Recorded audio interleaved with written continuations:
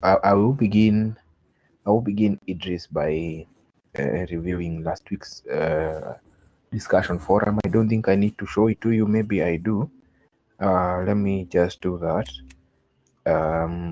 Because I need to make a comment here that I'm not happy about our class last week, our discussion forum. This is the discussion forum. This is the question. Explain 5 roles. Explain 5 roles of the accounting officer. That is the question you answered. And we mentioned, Idris, that an accounting officer is not an accountant. This is the highest person in an organization. Some companies call them a CEO, other companies call them a director, others director general. They have different names, but this is the person who is highest in the organization. And since they are highest, they head all departments, including procurement. So when we were discussing the structure of purchasing, we must mention them plus their roles. We had to mention the accounting officer plus their roles. So I didn't like your answers because there are two things we have mentioned, Idris. One is that you should rely on the knowledge that I teach you in the class live in the big blue button. Do not go googling these answers. Get them from your memory, because we are in a class so that we can learn. And so this is just to test whether you have understood what I have just taught you. So explaining the 5 roles, I taught 10 roles last week. I just needed you to write 5. Now let me see how your answers were. These are your answers. Your answers look like a person who is answering an accountant, not an accounting officer. That by safeguarding public funds and property under his or her control, the person who does this is the accountant, the regulatory and property of all transactions. This looks like a person. Your answers, all of them, Idris, look like a person who went and googled them from somewhere, because one, they are not in my notes, and the notes, I have already posted them in topic number 5, because last week was topic number 5. I've already posted them there. That was number 1. Number 2, we already discussed them. We discussed those points. That is the purpose of this class, to discuss all those notes so that it becomes very, very easy for you when you'll be reading. So I would like you, Idris, to stop googling or stop getting answers from wherever you're getting them. Get them from your memory. These questions I taught last week. I told you the roles of an accounting officer, and I told you why the accounting officer is involved in the procurement department. The reasons for this is that it helps to reduce corruption. It helps to ensure that the responsibility is with the highest person in the organization. It helps to ensure that the accounting officer is involved in all transactions of procurement. It also helps because the accounting officer is in the knowledge of what is happening inside his own procurement department. And number 5, it also ensures that the accounting officer takes care of two people, that is the supplier and the customer. It takes care of those two persons in their positions, official positions, as customer and supplier. So those are the reasons that we mentioned. I always record these classes, and I have been doing so. So I will be posting back. We however removed all the big blue buttons and we took them to YouTube, but we'll be giving you the links. We have a YouTube channel for Zitech. It has been there for a long time, but now we are just uploading all the videos for the classes there. Then we give you the link. If you want to check the recording of the class, click on the link. It will take you directly. It will to transfer you directly to YouTube. And so that is what we are doing. So I didn't like that, and I needed to mention it. Another thing I needed to mention in this class, before, because it is important to mention it, just so that students may never say I didn't mention it. One, I don't like the attendance. It's very poor.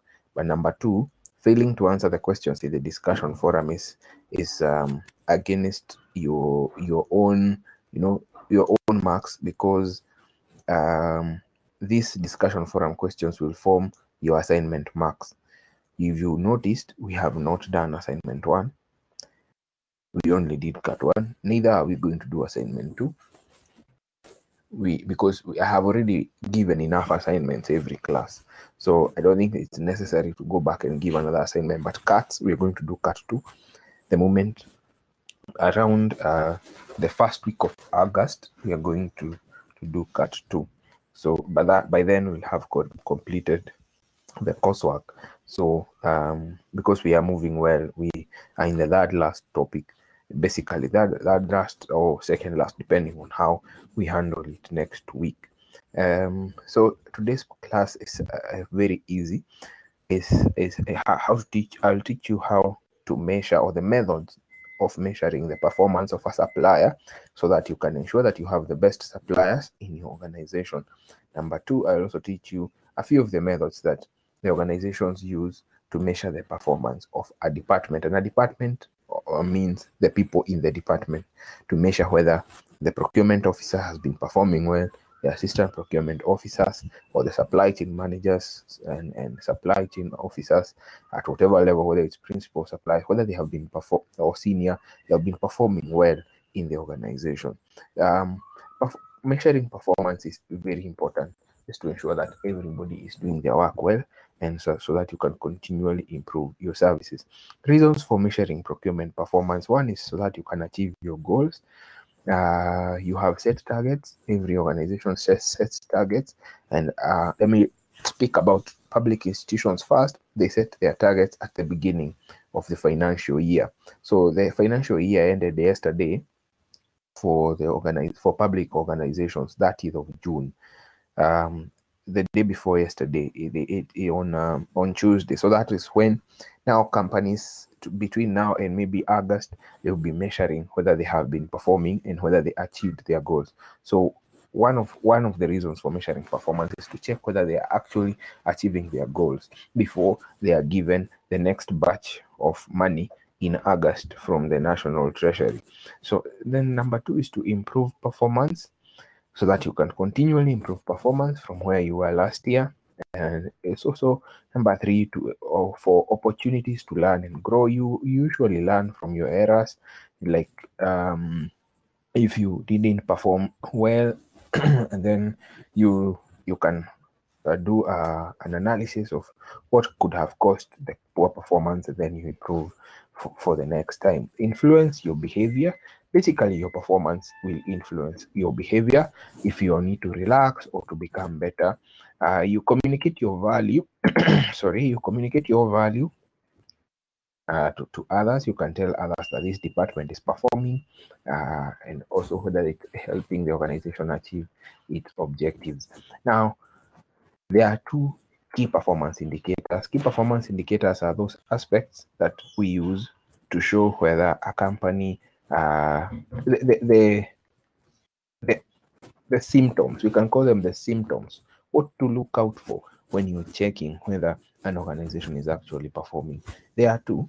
Generally, overall, in performance, we always check your effectiveness. That is the ability to satisfy customers. For our case, our effectiveness is the ability to satisfy customers. That is effectiveness of the purchasing department. So when we satisfy customers, then we would say we are effective. So we measure the effectiveness based on our actual output. Say you have satisfied customers 500 times, then you multiply that by 100%, and then you divide by the expected output. Maybe you had targeted 700 customers, so if 500 times over 700 times 100%, so that effectiveness is in percentage, and so that that will give you around what an effective performance of around 80%. It is around 80% there. So you can say that yes, we performed, but we performed only as good as 80% over the last period of time. So that is basically how you check. The one way of checking your performance in terms of effectiveness. How many customers did you satisfy? Basic output. Our output is satisfaction of customers, so we just count how many times we did that. Efficiency, number 2, is important. Even as we satisfy customers, we need to check how many resources we used to do that. Now, we have a number of resources. One is people. We can measure the efficiency of people. If we used 3 people to satisfy 500 customers, and last year we used 2 people to satisfy 500 customers, last year was better, because the lesser the people, the better. The lesser resources you use, the better. The fewer resources you use, the better. If for example you're going from here to Nairobi, from say you're in a certain location, Idris, I don't know what location you're in, you moving from your location to Nairobi, say usually use 30 minutes, but then today you use 40 minutes. Today you are less effective because time is a resource. You need to use less time as compared to every other time. So resources used, we can measure time used to satisfy a customer. Maybe you usually do an order in 5 days. This time around you did it in 3 days. That is good performance. So you satisfy customers in less time. So those are the 2 key performance indicators. Quickly, let me go to method of measuring performance in a supply department. This is in a department. The first thing is that you got to measure the true cost. How much money are you using? So that is one way to measure the performance of your department. If your budget for last year was 200 million, then this year your budget is 150 million, but you've done more work, then that means it's better, because point number 2, you have more savings. So if you're saving it, you can use the savings you have, because we discourage returning money back to the treasury, but we encourage you using less money, but then you using less money for expenses, but you use the remainder to improve your department. For example, you can do a market survey on suppliers. With the remaining 50 million, you can just do a basic assessment, a comprehensive one, where you assess the performance of each supplier based on their time, and then based on their quality, and then you go to their companies, each of them, you move around, even if it's outside Kenya, move around, go to their companies, check their manufacturing processes. Are they ethical? Are they doing? Are they ethical? Are they following international and local standards? Are they satisfying enough for you? So you can use your savings to improve your relationship and with suppliers. Then we also check inventory flow. Is there a problem of inventory flow? This one we can check how many items in the warehouse are redundant or obsolete. So if you have redundant materials in the warehouse, if you have redundancies in your warehouse, then that means that you have inventory flow problems. Are redundancies or obsolete materials are those ones that just remain there. They are never used for years. Some of them are even expired, so you need to throw them away, or you have too much to dispose of, which becomes basically a problem. Transportation, you can also check how fast you're transporting your items from one point to the other, so that it becomes easy for you. And then the speed of transportation, you need to check the speed of transportation. How fast are you transporting your materials? Do you have problems transporting your materials? When you have challenges transporting your materials, then it means that your performance is not very, very, very good as a department. Finally, the methods of measuring the performance of suppliers. Methods of measuring the performance of suppliers. Now, one of them is a supplier scorecard. A supplier scorecard. This is a scorecard too. This is a card where you tick off the performance of a supplier based on certain categories. So in the card, maybe you have time. You say in terms of time, the supplier usually does 5 days to deliver. In terms of quality, the quality is grade A. In terms of quantity, the quantity is always satisfied. So you rate the supplier using a scorecard, a certain card that you create for yourself. You generate it from your own company, and then you provide that information to your supplier. Number 2 is ratings. Ratings is you rate the supplier in a rating of maybe 1 to 5 or 1 to 10. It is giving a score, a mark to a supplier based on their perceived performance, based on what you think their performance is. The rating is based on a Likert scale. You can the Likert scale of 1 to 5, 1 to 10. So maybe one supplier is performing at 5, another one is performing at 6, at 7, another one at 10, another one is at 3. And so you eliminate those that maybe are very low. Then we have quantitative tools of measuring performance. You calculate their time, you calculate their cost. You say that this one has higher cost than this one, so this one, the one who is lower is always the better one. Contract as long as the quality is the same. So you grade them based on quality: grade A, grade B, grade C. In grade A, you check the lowest performance, that is the best in terms of cost. Grade B, the lowest is the best in terms of cost. In grade C, the lowest is the best in terms of cost. So lead times, you can also grade the suppliers based on how far they are. Mombasa, Nairobi, Kisumu, you can grade them that way, and then you say this one's in Mombasa, the 5 in Mombasa, the one who takes the least time is the best. The ones in Nairobi, the one who takes the least time is the best. So the least time, the least cost are always the best. The ones in Mombasa, the one who takes the least time is also the best. On-time deliveries, those who usually deliver on time. So this one, you don't have to categorize them in any way. You just pick all the suppliers, put them together, and say the 5 out of these 5, those who deliver on time every day are these 7. And that basically forms the bulk. Out of these 5, those who deliver on time are these 3. These 3. And so basically you can gauge them on time deliveries. These are things you can calculate. On time deliveries, you can say they have delivered 5 times. Out of the 5 times each, out of the 5 times they delivered each, and those who delivered on time are for all of these 4 or 3. And so those are things you can calculate, and hence that is why we are calling them quantitative. So we have another one on qualitative. Qualitative methods. This is just, you use observation, or you describe that supplier. You can say, maybe based on their expertise, certain suppliers have more knowledge in a certain area, others have more experience in a certain area. So those who have more experience is not something you can basically calculate. You can calculate it in years, but within the year someone may have done better than others. So you can actually take a bit of time and look at the experience of a person, the experience of their directors, the experience of their staff members, and then say that this is the more experienced supplier. So in this case, then, in qualitative tools, the higher the better. The higher the better. A person has more knowledge, has done more courses, better courses, or he has more certifications and professional certifications.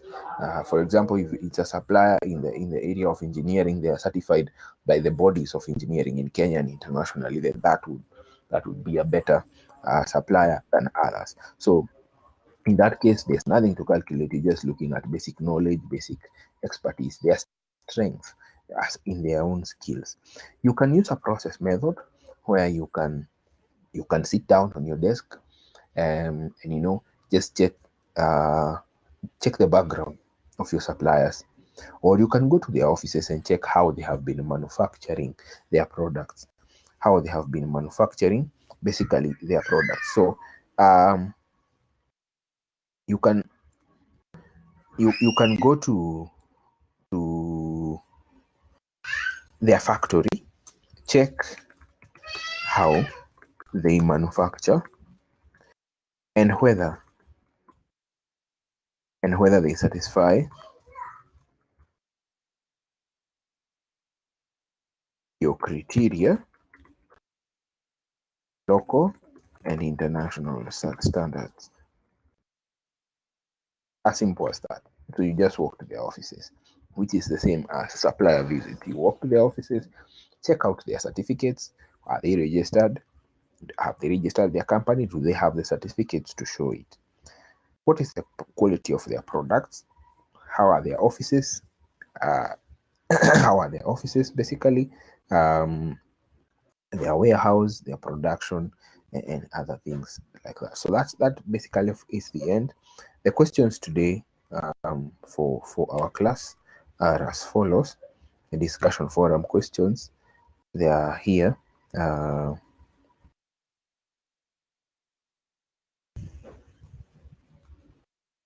need to regulate it to make sure that you answer those questions.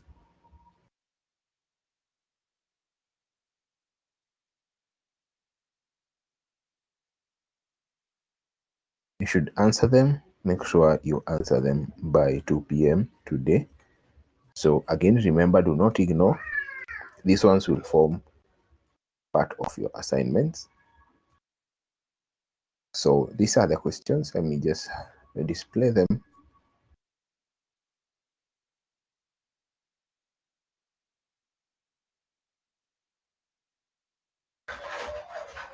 So a company would like to evaluate the manufacturing processes of its suppliers. A company that is buying would like to evaluate the manufacturing processes of its suppliers. Suggest the right method to use for this exercise. Give reasons or cite reasons for your answer. So basically, I'm asking if you want to check how suppliers manufacture, the process of manufacturing of suppliers. What is the method you would use out of the ones I have taught? Remember, it is out of the ones I have taught. Don't Google, you will get it wrong. Then give reasons for your answer. And then that should form the end of that class. Now, I have a number of questions. Is there a question, Idris? Before I move on to another area, there's something I would like to discuss. Do you have a question?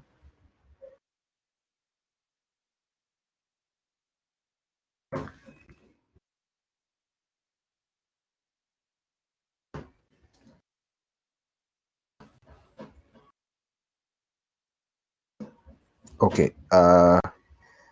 Who is your supervisor, Idris, for the project?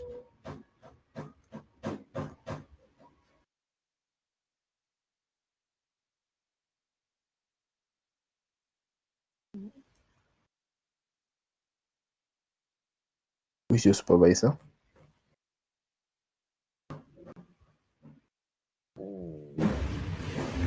Because I don't think I am your supervisor.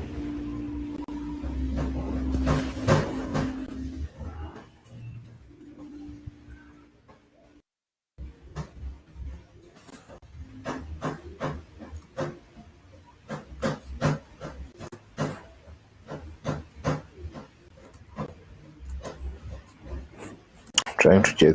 Okay, your supervisor is Daniel Mongi. You should, for the project, you should make sure you're contacting Daniel Mongi by now, because I'm sure he's already supervising other students for the same class. Make sure that you do that. Hannah, are you able to hear me in any way?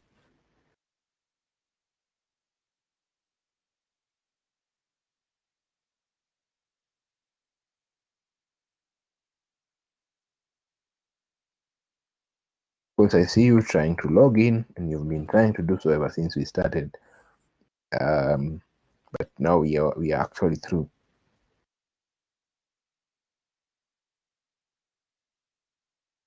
But I would love to have. I'll be making comments about the students I'm supervising.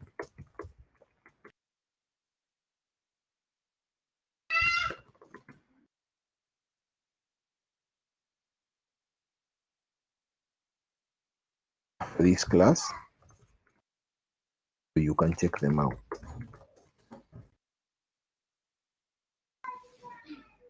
You can check them out. So Hannah, finally you're logged in. I see you're logged in. Can you hear me?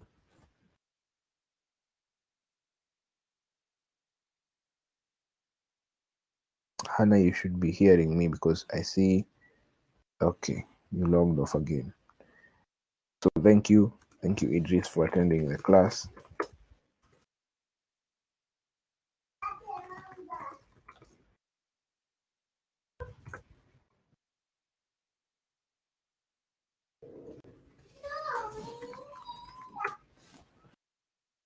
And so I will close the class at this point, and then we can meet again. Make sure you answer the questions in the discussion forum. You in the next 1 hour, I need those answers.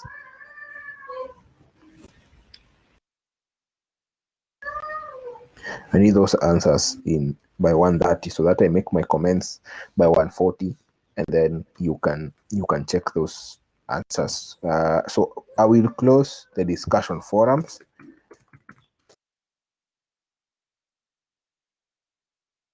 after 2 p.m. since I wanted you to I will close there for all the other weeks after 2 p.m. since I wanted you to view my comments and use them for the future discussion forums.